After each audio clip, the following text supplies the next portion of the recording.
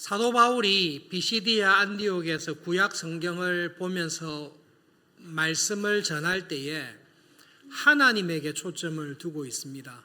하나님께서 천지를 창조하신 목적, 하나님의 형상대로 사람을, 우리를 창조하신 목적, 그것을 설명하고 있습니다. 하나님의 창조와 구원의 목적은 이 땅에 하나님의 나라를 완성하시는 것입니다.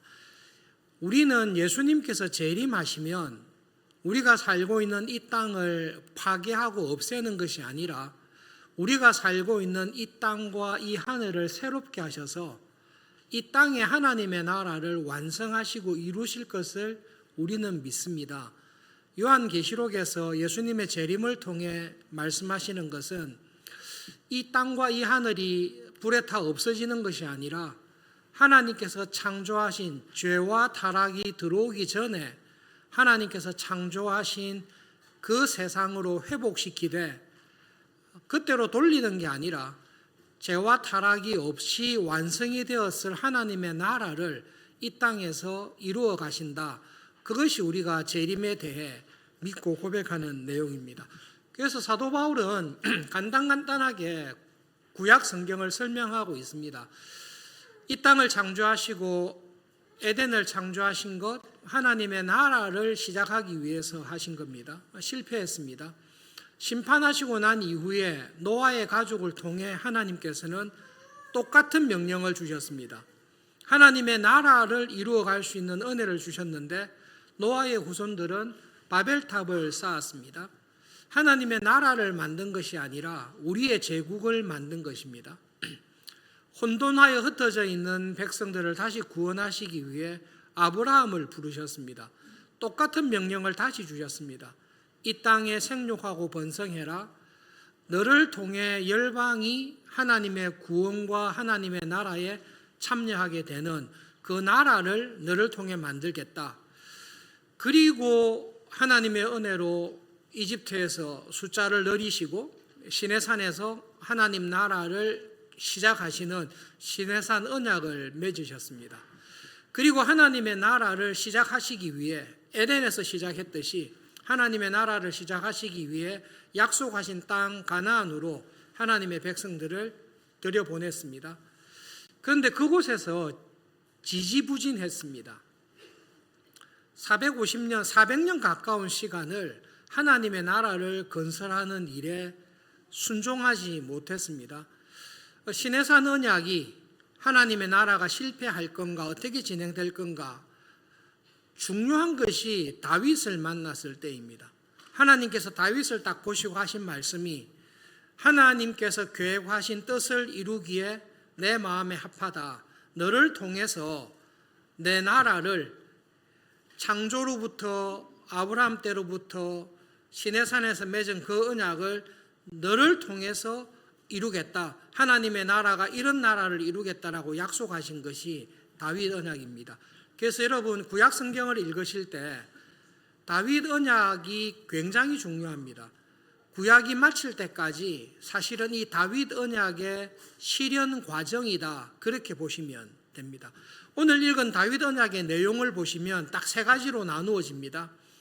하나님께서 다윗에게 주신 은혜, 두 번째로는 이스라엘 백성에게 주시는 은혜, 세 번째로는 다윗의 후손들을 통해 주실 은혜, 요 약속이 다윗 언약의 핵심입니다. 하나님께서 다윗에게 주신 은혜는 두 가지로 나타납니다. 양을 따라다니던 너를 선택해서 하나님의 나라의 왕으로 삼았다라는 내용입니다. 이 말은 문자 그대로 왕이 될 만한 자격이 부족했지만 하나님께서 다윗을 보시고 하나님 나라의 왕으로 은혜로 삼았다라는 사실을 기억하는 것입니다. 사무엘이 기름 부음을 갔을 때 여러분 사무엘도 영적인 안목이 있지 않습니까? 사무엘이 이새의 집에 가서 왕으로 기름 부음을 받으려고 할 때 보니까 장남이 제일 멋있고 좋았습니다. 외모도 그렇지만 장남으로서의 믿음과 신앙이 왕으로 기름 부을 만하다. 그렇게 생각이 되었던 사람은 장남이었습니다. 차남도 멋있었습니다. 사무엘이 생각하기에도, 그리고 아버지 이새가 생각하기에도 기름 부을 만한 자격은 이 아들로만 족하고, 막내는 귀엽기는 하지만, 막내긴 하지만 너는 여기에 합당하지 않으니까 그냥 양을 치고 있는 게 좋겠다. 그것이 막내 다윗에 대한 객관적인 평가입니다. 하나님께서 양을 쫓아다니고 있던 너를 불러서 왕으로 삼았다라고 했을 때는 다윗에게 주신 하나님의 특별한 은혜를 말씀하고 있습니다. 우리가 예수님을 믿고 믿음으로 살아갈 때에 믿지 아니하는 사람, 세상의 사람들보다 남다른 자질과 재능이 있어서 하나님께서 부르셨다. 그게 아니라 하나님께서 우리를 부르실 때의 원칙은 은혜로 부르십니다. 그리고 그 은혜에 감사하며 믿음으로 사는 사람을 통해 하나님의 나라를 이루어 가십니다. 그것이 잊지 말아야 될 하나님의 본성입니다. 다윗에게 너 자격이 없었지만 너를 왕으로 택한 것은 너에게 주는 나의 축복이고 은혜다. 그리고 한 가지 더 은혜를 주셨습니다. 어느 곳을 가든지 어떤 전쟁이든지 함께 했다. 항상 이기게 해주었다. 그것이 하나님께서 말씀하신 은혜입니다. 골리앗과의 싸움에서 다윗이 믿음으로 나갔지만 다윗도 압니다. 하나님께서 함께 하셔서 이길 수 있다. 나라를 세우고 난 다음에 블레셋과의 결정적인 전쟁이 있지 않습니까? 그리고 우리가 알다시피 잡혀서 죽을 수밖에 없는 10년간의 사울왕의 핍박 속에서도 하나님께서 다윗과 항상 함께 하셨습니다. 내가 어디든지 너와 함께해서 이기게 하고 보호해 주었다. 그것이 다윗 언약의 첫 번째 은혜에 관한 내용입니다. 두 번째로는 이스라엘 백성들에 대한 은혜를 말씀하십니다. 가나안 땅에 들어와서 400년간 엄청 고생했습니다. 정처 없이 정착하지 못하고 원수들이 들어오면 쫓겨나고 노예 생활하고 억압받는 데서 살았습니다. 앞으로는 너를 왕으로 세워서 앞으로는 이스라엘 백성들이 억압을 받거나 도망 다니거나 그런 일이 없도록 은혜를 주겠다. 이 땅에서 정착해서 살아갈 수 있도록 해주겠고 모든 원수로부터 평안한 시기, 평화의 시대를 약속하겠다. 그것이 다윗에게 주신 언약의 내용입니다. 세 번째가 굉장히 중요합니다. 첫 번째, 두 번째는 다윗 시대에 또 솔로몬 시대에 눈으로 보듯이 이루어지는데 뒤집어지기도 하지만 뒤에 세 번째 언약은 다윗의 후손, 지금 세우는 다윗을 통해 세우는 하나님의 나라의 앞으로 되어질 일들에 대해서 딱 약속을 하시는 것입니다. 첫 번째 후손들에게 주실 약속은 다윗의 몸에서 난 후손들이 왕위를 계속 이을 것이다라는 축복입니다. 이거는 처음입니다. 하나님께서 사울에게 사울 자신은 요나단에게 왕위를 넘겨주고 싶어하는 욕심을 가졌지만 하나님께서 하나님의 나라를 다윗의 아들에게 주겠다라고 약속하신 것은 이것은 진짜로 큰 은혜이고 축복입니다. 너의 몸에서 나는 후손이 너의 왕위를 이을 것이다. 그 다음에 큰 약속을 하셨는데 너의 몸에서 나는 후손들이 왕위에 오를 때에 너의 나라가 영원한 나라가 될 것이다. 너의 몸에서 나는 후손들을 통해 다스릴 그 보좌가 영원할 것이다. 지금 세울 하나님의 나라, 다윗을 통해 이루어갈 하나님의 나라가 멸망하지 않고 실패하지 않고 영원한 나라가 될 것이다라는 그 약속을 하나님께서 하십니다. 우리가 주목해야 될 것은 이 약속을 하신 분이 하나님이다라는 말씀입니다. 하나님께서는 다윗에게 너 몸에서 나는 후손들을 통해서 왕이 되게 할 것이고 그 나라가 영원한 나라가 될 것이다라고 약속하셨습니다. 그리고 이제 딱 조심을 하라고 말씀하셨는데 후손들 중에 믿음으로 살지 않고 하나님의 나라를 이루는 일에 반대하거나 불순종하거나 죄를 범하는 후손이 있다면 내가 징계할 것이다. 사람 막대기와 인생 채찍으로 하나님께서 징계해서 죄를 범하고 우상 숭배에 빠지고 불순종하는 왕들을 훈계해서 다시금 하나님께로 돌아오게 해서 다윗의 나라가 영원한 나라가 되게 할 것이다. 그러면서 약속하신 게 사울 왕처럼 버리지 않을 것이다. 사울의 왕조가 무너졌는데 다윗을 통해 이어질 하나님의 나라는 절대로 멸망하지 않을 것이다. 사울 왕에게 은혜를 거두었듯이 너의 후손들이 잘못한다고 해서 은혜를 거두지 않고 이 나라는 영원한 하나님의 나라로 세울 것이다. 그것이 하나님께서 하신 약속입니다. 내가 너희 후손들의 아버지가 되고 너희 후손들은 내 아들이 되어서 아버지가 아들을 징계하듯이 잘 가르치고 훈계하여 하나님의 나라가 영원한 나라가 되게 할 것이다. 그것이 다윗 언약의 핵심입니다. 그 이후에 여러분 구약 성경을 쭉 일독하시고 볼 때에 구약 성경을 보시면 이 다윗 언약에 관한 내용이 어떻게 진행되는지를 설명해 주는 것입니다. 하나님께서 약속하신 대로 진행됩니다. 다윗부터 그렇습니다. 다윗도 죄를 범하고 잘못했을 때 하나님께서 사람 막대기와 인생 채찍으로 다윗을 징계하십니다. 그리고 다시금 회개하고 하나님 나라의 왕으로 살아가도록 은혜를 베풀어 주십니다. 너의 후손을 통해서 성전을 짓도록 하겠다. 그것을 이룬 후손은 솔로몬입니다. 솔로몬이 성전을 짓습니다. 그런데 솔로몬도 다윗과 똑같이 마지막에 죄를 범하고 우상 숭배에 빠지게 됩니다. 하나님께서 솔로몬을 징계하셔서 돌아오라고 계속 은혜를 베풀어 주십니다. 하나님께서 약속하신 것과 그 이후에 진행되는 구약의 역사를 보시면 하나님의 약속하신 것이 헛된 약속이고 실패한 것으로 보입니다. 우리가 알다시피 솔로몬은 통일된 왕국을 물려받았지만 분열된 왕국을 후손에게 넘겨줍니다. 그리고 그 분열된 왕국을 넘겨줄 때에 아버지로부터 받았던 하나님을 믿는 믿음의 나라를 넘겨준 게 아니라 우상 숭배에 빠진 분열된 나라를 넘겨주게 됩니다.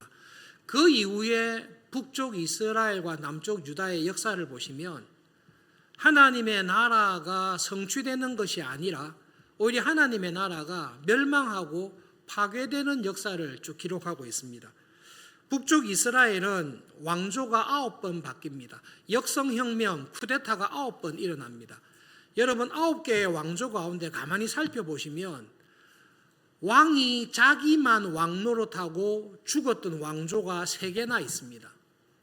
그리고 9개 왕조 가운데 4개의 왕조는 아버지와 아들만 통치하다가 또 역성혁명으로 다 죽게 되는 왕조가 4개가 있습니다.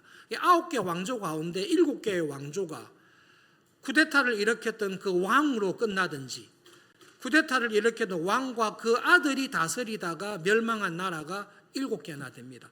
북쪽 이스라엘의 9왕조 가운데 쓸만한 왕조는 2밖에 없습니다. 그 2밖에 없는 왕조 가운데 우리가 기억하는 것이 오므리 왕조, 아합이 있는 오므리 왕조, 그리고 아합 왕조를 멸망시키는 예후 왕조, 이 2개의 왕조밖에 없습니다.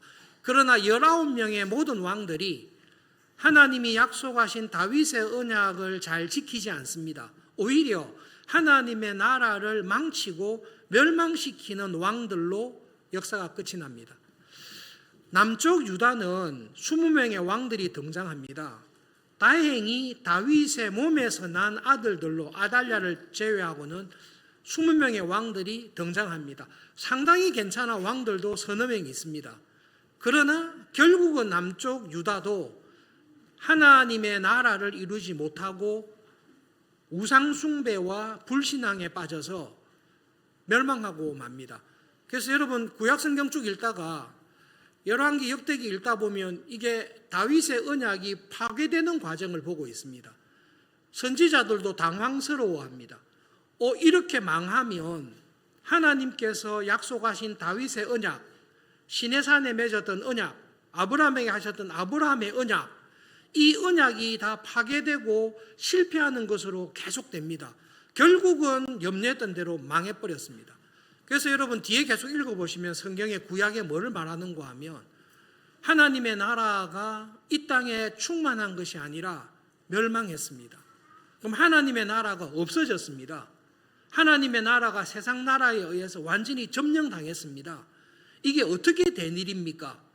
그러기에 대한 강한 질문과 의구심, 하나님의 나라가 그러면 어떻게 회복이 되고 다윗 언약의 약속대로 어떻게 하나님의 영원한 나라가 이 땅에 이루어집니까? 라는 질문들이 계속 구약의 뒷부분에 있습니다. 거기에 대해서 답을 해주고 있는 중요한 성경 구절 가운데 한 가지가 다니엘서에 있습니다. 다니엘서 2장 31절부터 35절 그리고 44절에 있는 말씀을 한 절씩 교독하겠습니다. 왕이여, 왕이 한 큰 신상을 보셨나이다. 그 신상이 왕의 앞에 섰는데 크고 광채가 매우 찬란하며 그 모양이 심히 두려우니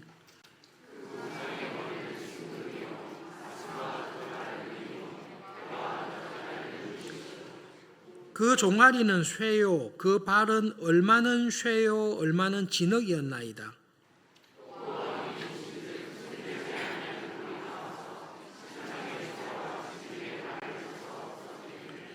그때에 쇠와 진흙과 녹과 은과 금이 다 부서져 여름 타작마당에 겨같이 되어 바람에 불려 간 곳이 없었고 우상을 친 돌은 태산을 이루어 온 세계에 가득하였나이다. 44절 같이 읽읍시다. 이 여러 왕들의 시대에 하늘의 하나님이 한 나라를 세우시리니 이것은 영원히 망하지도 아니할 것이요 그 국권이 다른 백성에게로 돌아가지도 아니할 것이요 도리어 이 모든 나라를 쳐서 멸망시키고 영원히 설 것이라. 포로로 잡혀간 다니엘에게 있는 고민과 질문입니다. 하나님의 나라가 영원해야 되는데 망해버렸습니다. 이게 어떻게 된 것인가를 하나님께서 하나님의 나라를 멸망시킨 느부갓네살에게 꿈으로 보여주신 것입니다. 지금은 세계를 지배하는 영원한 나라가 바벨론입니다. 황금의 제국입니다. 그러나 이 제국도 영원하지 않습니다. 정말로 그 당시로는 영원할 제국 같은 바벨론도 메대와 페르시아에 의해서 망합니다. 메대와 페르시아가 영원할 것 같은데 이 제국도 영원하지 않고 알렉산더의 헬라 제국에 또 망합니다. 알렉산더의 헬라 제국도 영원하지 못하고 또 로마에 의해서 망합니다. 로마 제국이 온 세계를 지배하는 것처럼 보입니다. 세상을 가득 채운 것은 바벨론, 페르시아, 헬라 제국, 로마 제국인 것처럼 보입니다. 그런데 그 로마 제국까지 연결되는 그 시점에 사람이 만든 돌이 아니라 어디서부터 날라온 돌이 세상을 지배하고 있었던 나라와 제국을 다 무너뜨립니다.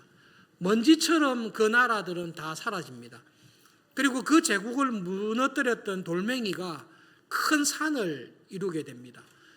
그 큰 산을 이룬 나라가 하나님의 나라가 될 것이고 그 하나님의 나라가 영원할 것이다. 하나님께서 다윗 언약을 통해 말씀하신 하나님의 나라가 멸망한 것이 아닙니다. 다니엘서의 핵심은 하나님의 나라를 건설해야 될 이스라엘과 유다는 그들의 죄와 하나님에 대한 배신과 우상숭배로 말미암아 하나님의 징계를 받은 것입니다. 다윗 언약에 약속하신 대로 죄를 범하고 우상숭배에 빠질 때에 인생 지팡이와 사람 막대기로 징계했듯이 그들을 징계하여 북쪽 이스라엘과 남쪽 유다를 멸망하도록 하나님께서 바벨론을 쓰셨습니다. 하나님께서는 다윗에게 하신 언약을 반드시 이루실 것입니다. 하나님은 자신이 약속하신 것을 반드시 이루시는 분이십니다. 그래서 이 제국의 시대에 로마 제국이까지 이루어지는 그 시기에 하나님의 나라를 이룰 돌멩이 하나가 날라와서 세상의 모든 나라를 제압하고 영원한 하나님의 나라를 건설할 것입니다. 이 하나님의 나라를 건설할 사람, 이 하나님의 나라를 이루어갈 사람은 다윗 언약에 의하면 조건이 있습니다. 다윗의 후손으로 와야 됩니다. 다윗의 후손 가운데 이 하나님의 나라를 이룰 사람이 올 것입니다. 그리고 그는 하나님과의 관계 속에서 하나님께서 그를 내 아들이라고 하고 그는 하나님의 아들로서 그 나라를 이루어 갈 것입니다.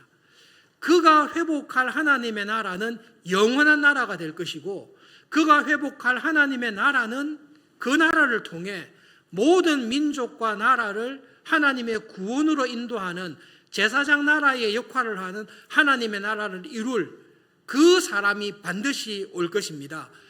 그 다윗의 후손, 육신으로는 다윗의 후손으로 왔고 하나님의 아들로 부름받아서 우리에게 온 다윗 언약을 이룰 다니엘서의 예언한 이 제국의 시대에 하나님의 나라를 이룰 분으로 오신 분이 예수님입니다. 그것이 사도 바울이 비시디아 안디옥 회당에서 했던 구약 성경을 통한 복음을 딱 그렇게 제시한 겁니다. 예수님께서 이 땅에 오셨습니다. 예수님은 아브라함의 언약을 이루는 분으로 다윗을 통해 맹세하신 다윗 언약을 이루는 다윗의 후손으로 예수님께서 오셨습니다. 예수님께서 사역을 시작하실 때에 하나님께서 이는 내 사랑하는 아들이다. 내가 기뻐하는 아들이다. 이를 통하여 다윗을 통해 약속한 것들을 이룰 것이라고 하나님께서 공인하셨습니다. 예수님께서 사역을 시작하실 때 제일 처음 하신 말씀이 무슨 말씀이죠? 하나님의 나라가 왔다라는 거예요. 회개해라. 하나님의 나라, 하나님께서 다윗 언약을 통해 약속하신 이루고자 하셨던 하나님의 나라를 영원한 나라를 이룰 후손이 있는데 그 후손을 통해 이제 하나님의 나라가 왔다.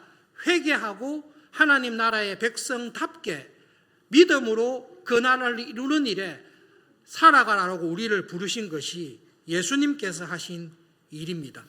그래서 여러분 비시디아 안디옥 설교를 가만히 들여다보시면 누가가 다른 부분에 대한 설명은 대단히 짧게 하는데 어디에 누가가 초점을 두는가 하면 모세의 율법과 시편과 선지자들의 글들과 예언을 통해 다윗 언약을 통해 약속하신 하나님의 나라, 영원한 하나님의 나라를 이룰 후손이 예수님이다.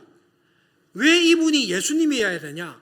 그분이 왜 왔으면 나라를 이루지 못하고 죽었는데 왜 죽어야 되냐? 부활하셨는데 왜 부활해야 되냐? 예수님의 오심과 배신당함과 죽으심과 장사 진행과 부활을 통해 하신 이 일이 구약의 모든 선지자들과 시편과 모세의 율법을 통해 예언하신 내용을 이분이 이루었다라는 것에 사도 바울의 설교가 집중되어 있습니다.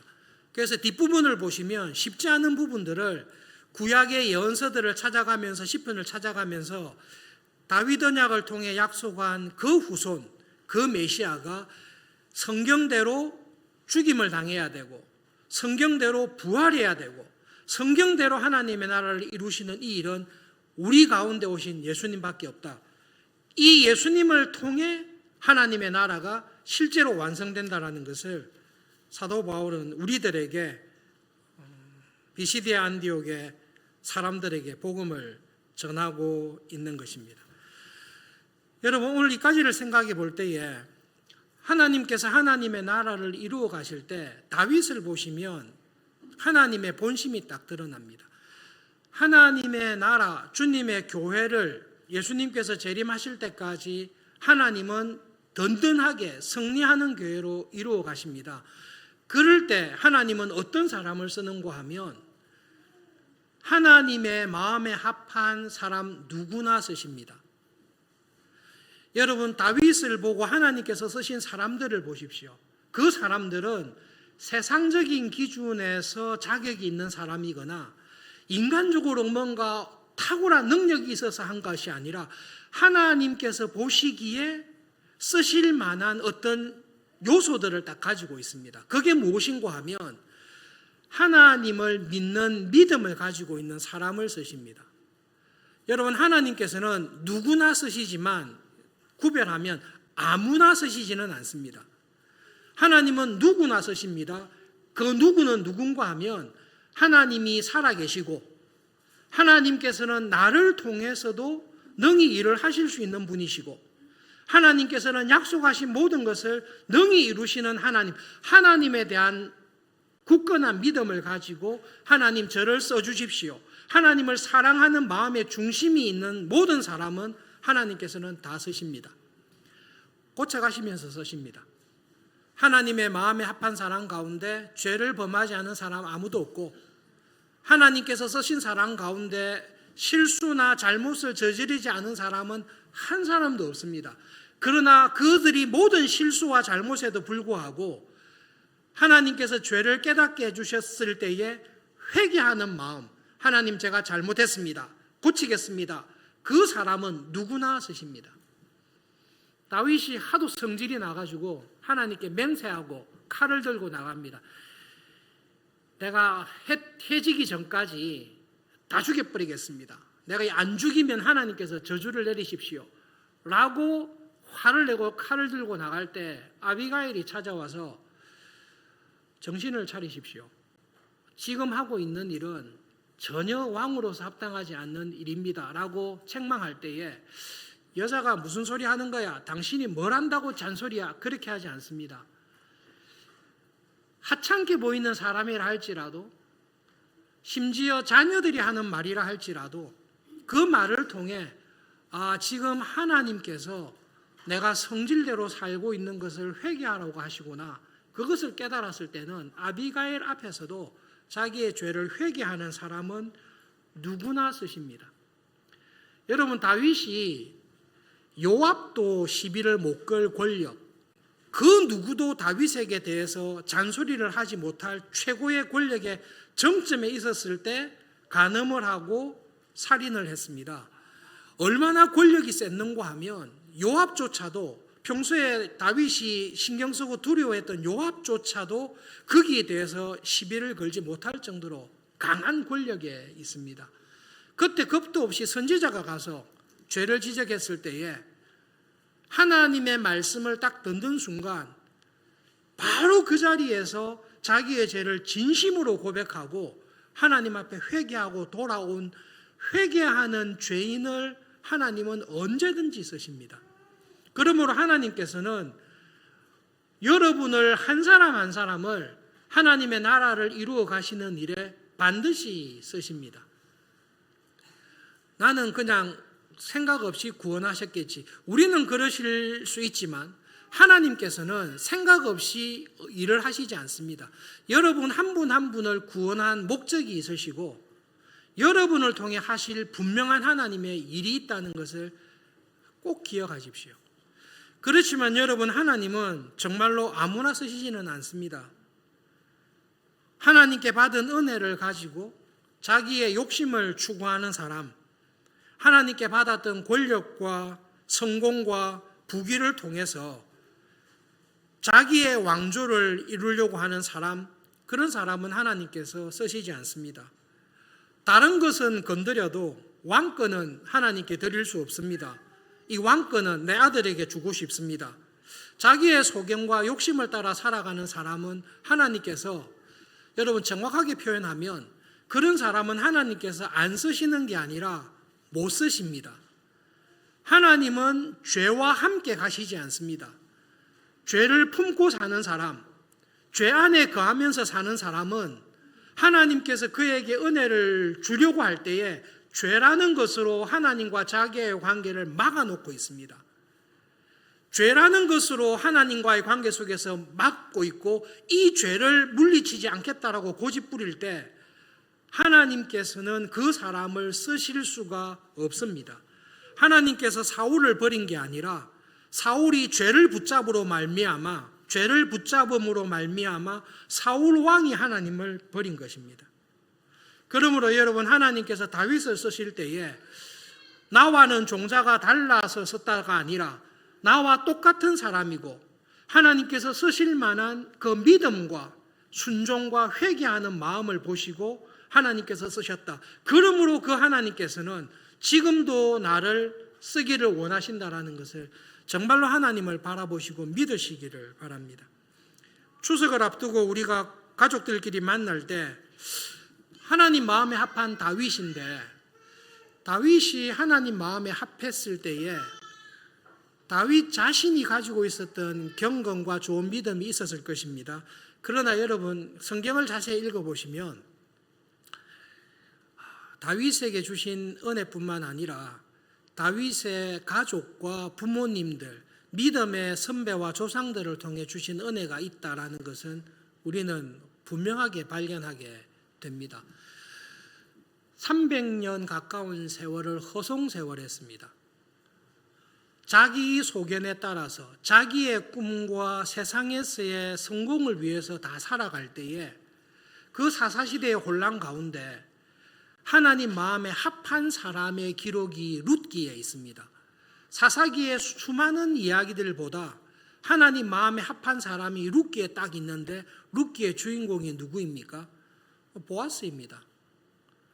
보아스는 사사시대 때 자기의 욕심과 자기의 꿈을 따라 살아가던 사람들 속에서 하나님의 말씀을 따라 하나님을 사랑하고 믿음으로 살았던 사람들 가운데 한 샘플로 보아스가 딱 들어가 있습니다. 보아스가 종들하고 인사하는 모습을 보십시오. 자기의 일꾼이고 종들이지만 만났을 때에 서로를 축복하고 서로가 하나님의 이름으로 복을 빌어줍니다. 평소에도 가난한 사람들에게 애를 씁니다. 추수할 때에 하나님의 율법을 따라서 가난한 사람들, 과부들, 이방인들을 위해 다 추수하지 않고 흘려놓아 줘라, 떨어뜨려 줘라라는 것이 보아스의 믿음의 습관입니다. 나오미의 집 엘리멜렉의 기업을 물어줬을 때에 보아스는 엄청난 금전적인 재정적인 손실을 감수해야 됨에도 불구하고 하나님을 믿는 믿음으로 찾아온 이방 여인을 불쌍히 여기고 너와 같이 하나님을 찾아오고 시부모를 공경하는 사람에게는 하나님은 은혜와 복을 주기 원한다라는 그 하나님의 마음을 가지고 엄청난 재산적인 손해를 감수하고도 말씀에 순종하는 사람이 있습니다. 여러분 어느 시대에든지 교인이 줄고 교회가 비난을 받고 약해 보인다 하더라도 하나님의 나라의 백성들을 통해 하나님의 나라는 왕성하게 이루어 가십니다. 이렇게 탁월한 믿음을 가졌던 보아스도 믿음이 좋았지만 보아스의 어머니가 누군지 아시죠? 보아스의 어머니는 기생 라합입니다. 룻기 딱 읽어보시면 보아스의 어머니가 기생 라합이에요.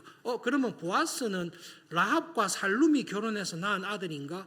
와, 이게 심각한 문제인데 두 번째 부인이 없었으면 이게 보아스의 어머니는 분명히 라합인데 라합은 보아스를 키우면서 무슨 이야기를 했겠습니까? 태어나면서부터 이방 땅에서 여리고에서 우상 숭배하면서 창녀로 살다가 하나님에 대한 소문을 듣고 믿음을 가지고 나라와 민족을 버리고 하나님께 딱 온 사람이 라합입니다. 그 라합을 통해 보아스가 어릴 때부터 믿음의 교육, 신앙의 교육, 믿음으로 사는 것을 배웠겠죠. 목숨 걸고 하나님을 믿었던 어머니니까. 그 보아스의 아내가 룻입니다. 그 보아스와 룻이 낳은 아들이 오벳이고 이세고 다윗입니다. 우리가 추측해 볼 때에 믿음의 부모님, 정말로 일제시대에 그리고 지금 쉽지 않은 세상의 유혹이 강한 시대에 평소에 믿음으로 살아가는 부모님들, 추석에 자녀들과 만났을 때에 믿음으로 살았을 때 하나님께서 주셨던 은혜가 있습니다. 다윗이면 정조 할머니 룻하고는 같이 살았을 가능성이 제법 있어요. 그 당시에 나이를 볼 때는. 하나님께서 우리에게 주신 은혜를 이야기하면서 모든 형제와 손자들에게 믿음으로 살아가라. 하나님은 시건하지 않고 하나님은 반드시 약속을 지키신다.